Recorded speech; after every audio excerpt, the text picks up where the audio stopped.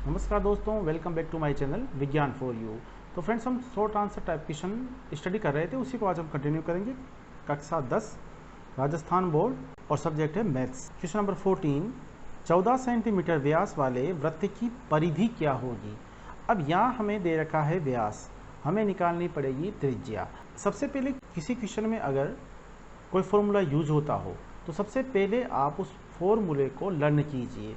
जैसे परिधि, वृत्त की परिधि ज्ञात करने का फॉर्मूला होता है 2πr। ठीक है, अब 2π, पाई का मान हमें पता होता है पहले से। ठीक है, r यहाँ पर है त्रिज्या, हमें दे रखा है व्यास, और त्रिज्या व्यास की होती है आधी, इसीलिए हमें पहले त्रिज्या का मान निकालना पड़ेगा। तो त्रिज्या का मान निकालने के लिए हमें व्यास में 2 का भाग देना पड़ेगा। ठीक है, तो कितना आई त्रिज्या बराबर 7। अब आप इस सूत्र में मान रख दीजिए, तो 2 इंटू पाई का मान 22/7 इंटू आर मतलब 7 त्रिज्या। ठीक है, 7 से 7 काट सकते हैं, तो हम लिख सकते हैं कि 44 सेंटीमीटर आंसर। नेक्स्ट क्वेश्चन, त्रिज्या आर वाले वृत्त के एक त्रिज्यखंड जिसका कोण अंशों में थीटा है का क्षेत्रफल क्या होगा। तो स्टूडेंट्स, ये क्वेश्चन पहले भी एग्जाम में आ चुका है, अब तक 2 बार ये एग्जाम में ऐसा क्वेश्चन आ चुका है। कभी चाप की लंबाई पूछता है, कभी क्षेत्रफल पूछता है, और यहाँ पर ज़्यादा कुछ करना नहीं है। त्रिज्या आर दे रखी है, कोण थीटा दे रखा है, केवल हमें इसका सूत्र ही लिखना है त्रिज्यखंड का क्षेत्रफल ज्ञात करने का। और त्रिज्यखंड से यहाँ मतलब है लघु त्रिज्यखंड। ठीक है, तो लघु त्रिज्यखंड का क्षेत्रफल ज्ञात करने का ही सूत्र आपको यहाँ बताना है, जो होता है πr² थीटा बटा 360। ये इसका आंसर। नेक्स्ट क्वेश्चन, यदि किसी छात्र द्वारा एक प्रश्न को हल करने की प्रायिकता 2/3 हो तो छात्र द्वारा प्रश्न हल नहीं करने की प्रायिकता ज्ञात कीजिए। तो फ्रेंड्स, मैं पहले भी आपको बता चुका हूँ पिछले क्वेश्चंस में भी कि अगर हमें होने की प्रायिकता, किसी घटना के होने की प्रायिकता दी गई हो और नहीं होने की प्रायिकता ज्ञात करनी हो तो केवल कुछ एक में से उसको माइनस करना है, और अगर नहीं होने की प्रायिकता दी गई हो और होने की प्रायिकता निकालनी हो तब भी एक में से माइनस करना है। तो हमें दे रखी है प्रश्न हल करने की प्रायिकता, हमें ज्ञात करनी है प्रश्न हल नहीं करने की प्रायिकता। तो हल नहीं करने की प्रायिकता क्या होगी, इसको एक में से माइनस कर दो, तो 1 - 2/3। इसको सोल्व करोगे आप, 3 - 2 बराबर 1/3 आपका आंसर। इस तरह ये क्वेश्चन हल किया जा सकता है। नेक्स्ट क्वेश्चन देखिए दोस्तों, एपी दे रखी है हमें 2, 7, 12 का 11वां पद बताइए। तो इसका हमें 11वां पद बताना है। अब दोस्तों, 11वां पद ज्ञात करने के लिए आप सीधे सीधे फॉर्मूला यहाँ पर लगाओगे, वो कौन सा है, A11। 11वां पद A11 बराबर होता है A + 10D। इस फॉर्मूले से आप 11वां पद ज्ञात कर सकते हो। अब हमें यहाँ क्या ज्ञात करना पड़ेगा, पहले सूत्र में मान रखने के लिए A मतलब प्रथम पद, जो हमें एपी को देखने पे पता चलेगा, प्रथम पद है 2। ठीक है, और डी सार्वंतर। तो सार्वंतर कैसे निकालते हैं, किन्हीं भी 2 पदों का अंतर आप निकाल लीजिए, लेकिन पीछे वाले पद में से आगे वाला पद घटाइए, ना कि आगे वाले में से पीछे वाला। कहने का मतलब ये है कि दूसरे पद में से पहला घटेगा या तीसरे में से दूसरा घटेगा, चौथे में से तीसरा घटेगा। ऐसा नहीं होगा कि पहले में से आप दूसरा घटा दो। तो यहाँ पर हम पहले 2 पदों का अंतर निकाल लेते हैं। तो 7 - 2 बराबर 5। हमारे पास ए का मान है, हमारे पास डी का मान है, तो हम इस सूत्र में मान रखे 11वां पद निकाल सकते हैं। तो A11 बराबर ए मतलब 2 + 10 इंटू डी मतलब 5। ठीक है, तो 2 + 10 × 5 = 50 बराबर 52। तो 11वां पद इस एपी का होगा 52। ये क्वेश्चन भी एग्जाम में आ चुका है। नेक्स्ट क्वेश्चन, बिंदु 7 - 3 की y अक्ष से दूरी बताइए। ऐसा क्वेश्चन मैंने पहले भी बता दिया। इस क्वेश्चन में आप क्या करोगे, ये x निर्देशांक और ये y निर्देशांक।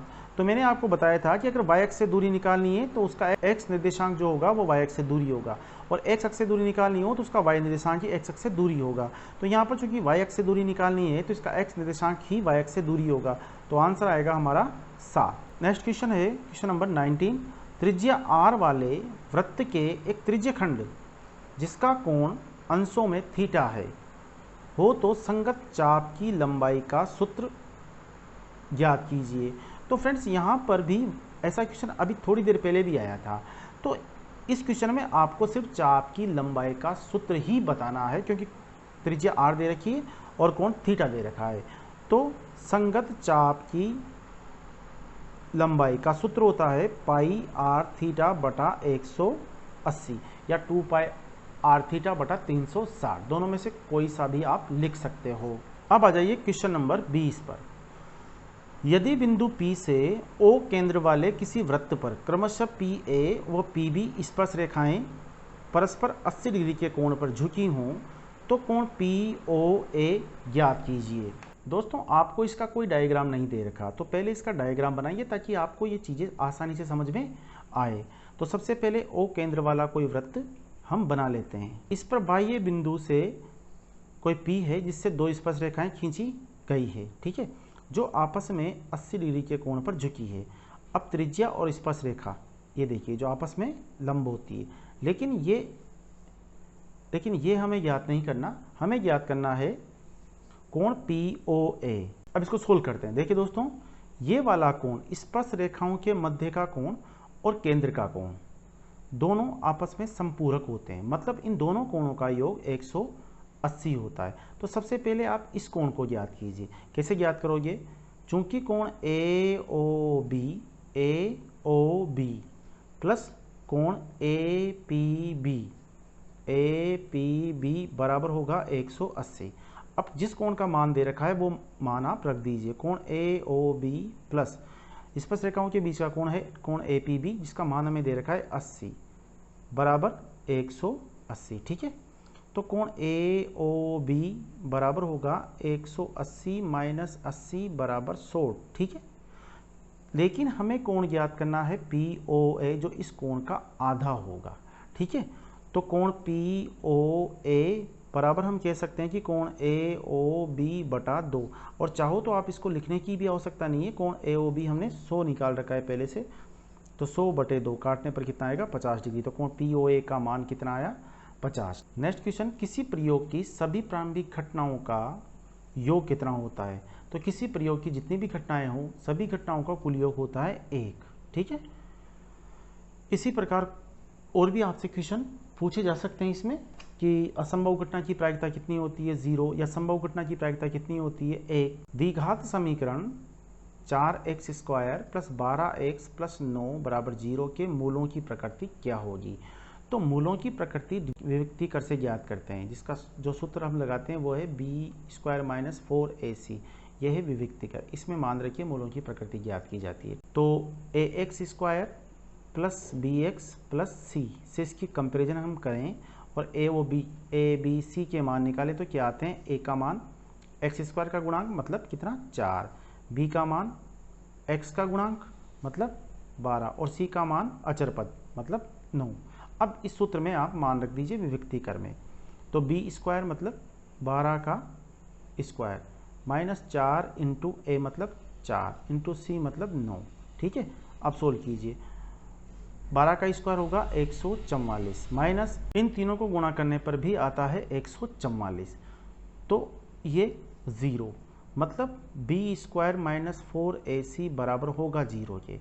तो मूल कैसे होंगे? मूल होंगे वास्तविक और बराबर, दोनों मूल आपस में बराबर होंगे। जैसे एक मूल अगर 2 है तो दूसरा भी 2 ही होगा, एक मूल अगर 4 है तो दूसरा भी 4 ही होगा, तो मूल वास्तविक और बराबर होंगे। इसी प्रकार अगर b स्क्वायर माइनस 4ac का मान अगर 0 से बड़ा है तो मूल वास्तविक होंगे और अलग अलग होंगे, और इसी प्रकार यदि b स्क्वायर माइनस 4ac का मान 0 से छोटा होता है तो मूल काल्पनिक होते हैं जिनका कोई अस्तित्व नहीं होता। नेक्स्ट है निम्न बंटन की माध्यिका ज्ञात कीजिए। तो माध्यिका ज्ञात करने के लिए सबसे पहले तो आपको इसे आरोही क्रम मतलब असेंडिंग या डिसेंडिंग किसी एक ऑर्डर में आपको जमाना है, ठीक है। उसके बाद पदों की संख्या देखनी है। अगर सम है तो अलग फॉर्मूला लगाना पड़ेगा हमें, और विषम है तो अलग फॉर्मूला लगाना पड़ेगा। तो सबसे पहले आरोही क्रम में इनको जमा लेते हैं। तो सबसे पहले आएगा 10, उसके बाद 11, उसके बाद 14, उसके बाद 15, उसके बाद 17। अब देखिए पदों की संख्या कैसी है, 1 2 3 4 5, मतलब पदों की संख्या है यहाँ पर विषम। और विषम अगर पद हैं माध्यिका किस प्रकार ज्ञात कर सकते हैं हम? n+1/2वां पद, ठीक है। तो n मतलब यहाँ n मतलब पदों की संख्या कितनी है 5, तो 5 + 1/2 बराबर 6/2 बराबर तीसरा पद। इसका मतलब ये हुआ इस क्रम का तीसरा जो पद होगा वही माध्यिका होगी, मतलब माध्यिका कितना आया 14, अतः माध्यिका m बराबर होगा 14। ये आपका आंसर। नेक्स्ट क्वेश्चन, किसी ऊर्ध्वाधर छड़ की लंबाई तथा इसकी छाया का अनुपात 1:√3 हो तो सूर्य का उन्तांश कोण मतलब उन्नयन कोण ज्ञात कीजिए। तो सबसे पहले आप इसका डायग्राम बना लीजिए। तो डायग्राम कैसे बनाओगे, इस तरह से, ठीक है। ये कोई ऊर्ध्वाधर छड़ है और इसकी छाया इस प्रकार से बनेगी, ठीक है। ये कोई समकोण त्रिभुज बन गया हमारे सामने। अब इसकी छड़ की लंबाई और छाया का अनुपात, तो छड़ की लंबाई 1, ठीक है, और छाया का अनुपात कितना है √3। अब लंब बटा आधार, तो कौन सा त्रिकोणमिति अनुपात हम यूज करेंगे, tan थीटा। tan थीटा बराबर होता है लंब बटे आधार, मान रख दीजिए tan थीटा बराबर लंब 1 बटा आधार √3। अब आपको ये देखना है कि 1 बटा √3 tan में किसका मान है, 0, 30, 45, 60 और 90, किसका मान 1 बटा √3 होता है।